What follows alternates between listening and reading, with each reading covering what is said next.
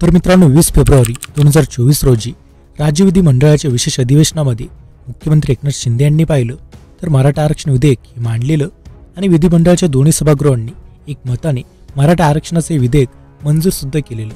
त्यानुसार राज्य सरकारने ओबीसी आरक्षणाला धक्का न लावता मराठा समाजासाठी स्वतंत्र असं शिक्षण व नोकरीमध्ये 10% आरक्षण देणार असं विधेयक मंजूर केलं होतं।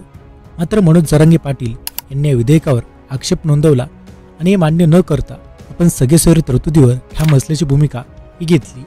त्यानंतर त्यांनी पुन्हा एकदा आंदोलनाला सुरुवात केली। परंतु आज मात्र उपमुख्यमंत्री देवेंद्र फडणवीस यांचा एकेरी उल्लेख करत जरांगे यांनी फडणवीसांसोबतच राज्य सरकारवर सुद्धा गंभीर आरोप हे केलेले आहेत। तर मग अशात काय आहे ते आरोप आणि जरांगे यांना हे आरक्षण का मान्य नाहीये, ते का आंदोलन पुन्हा करतात ते, त्याबद्दल संपूर्ण माहिती या व्हिडिओत आपण पाहणार आहोत। त्यामुळे व्हिडिओला शेवटपर्यंत तुम्ही नक्कीच पहा आणि जर आपल्या यूट्यूब चॅनलवर नवीन असाल तर खाली लाल बटन दाबून आत्ताच आपल्या यूट्यूब चॅनलला सबस्क्राईब करायला तेवढं विसरू नका। तर मग सर्वात आधी मनोज जरांगे यांनी सरकारवर आणि देवेंद्र फडणवीस यांच्यावर कोणकोणते आरोप केलेत याबद्दल बोललो। तर यात पहिले म्हणजे सलाईनमधून विष देण्याचा आणि माझा एन्काउंटर करण्याचा फडणवीसांचा डाव होता असा गंभीर आरोप मराठा नेते मनोज जरांगे पाटील यांनी केलेला आहे।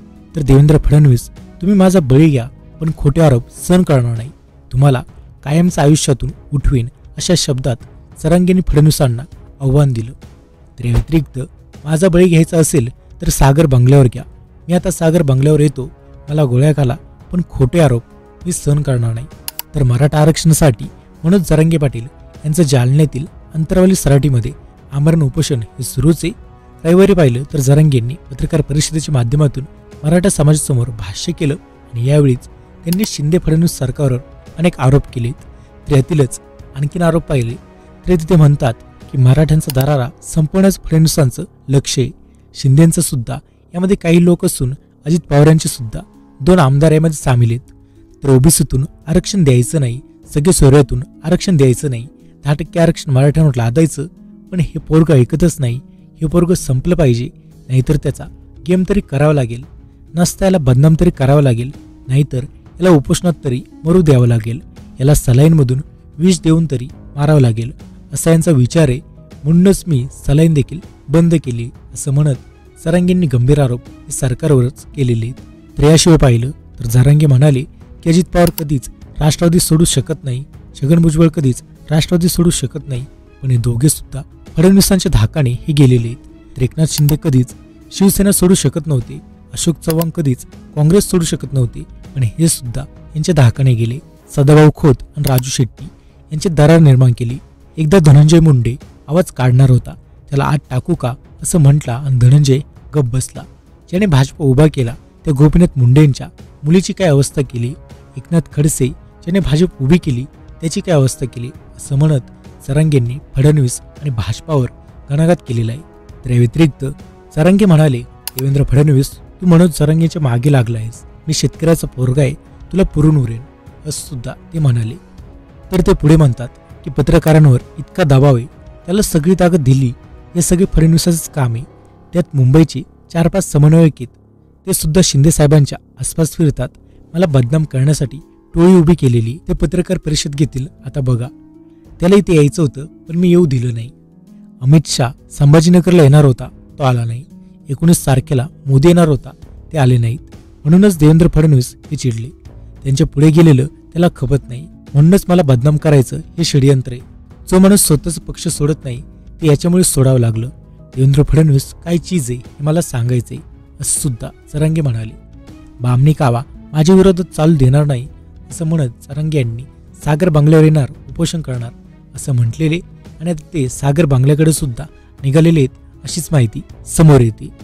तर मग जरांगे यांनी देवेंद्र फडणवीस यांचा एकेरी उल्लेख करत हे आरोप त्यांच्यावर आणि सरकारवर हे केलेले आहेत। पण मग अशात मनोज जरांगे हे सरकारने दिलेले 10% आरक्षण सध्या का मान्य करत नाहीत याबद्दल बोललोत।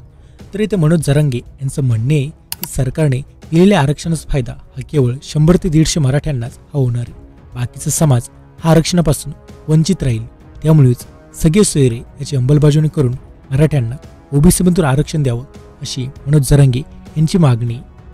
कारण या व्यतिरिक्त हे 10% आरक्षण कोर्टात टिकेल की नाही याची सुद्धा बऱ्याच जणांना शंका आहे. कारण बऱ्याच तज्ज्ञांकडून अशी माहिती समोर येते की आधीच्या आरक्षणात आणि आताच्या आरक्षणात फारसा फरक नाही. त्यामुळेच आता हे आरक्षण कोर्टात टिकू शकेल का अशी शंका प्रत्येकाच्या मनात आहे. आणि म्हणूनच टिकणारं आरक्षण हे मराठा समाजातील प्रत्येक नागरिकाला हे मिळेल यासाठीच मनोज जरांगे पाटील पुन्हा एकदा आंदोलन हे करत आहेत.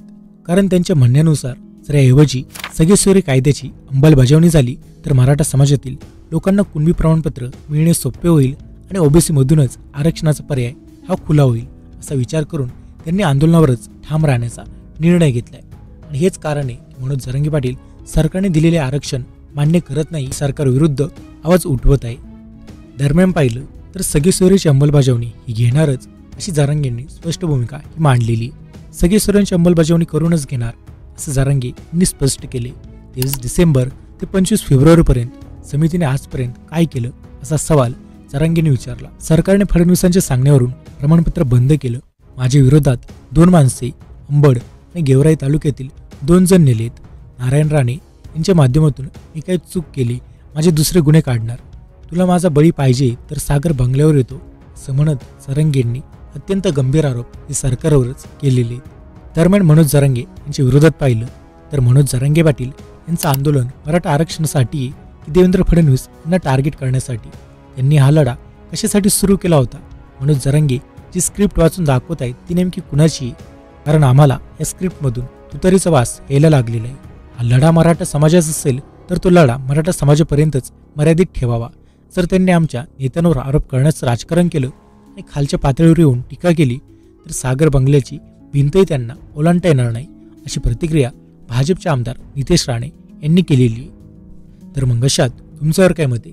तुमचं मत कमेंट करून नक्कीच सांगा. व्हिडिओ आवडल्यास व्हिडिओ लाईक करा. आणि मित्रांनो, याशिवाय मराठा समाजाला हे 10% आरक्षण सरकारने मान्य केले तरी आरक्षण कोर्टात टिकू शकतं का याबद्दल डिटेल माहिती ही तुम्हाला पाहायची असेल तर आमचा हा व्हिडिओ नक्कीच पहा.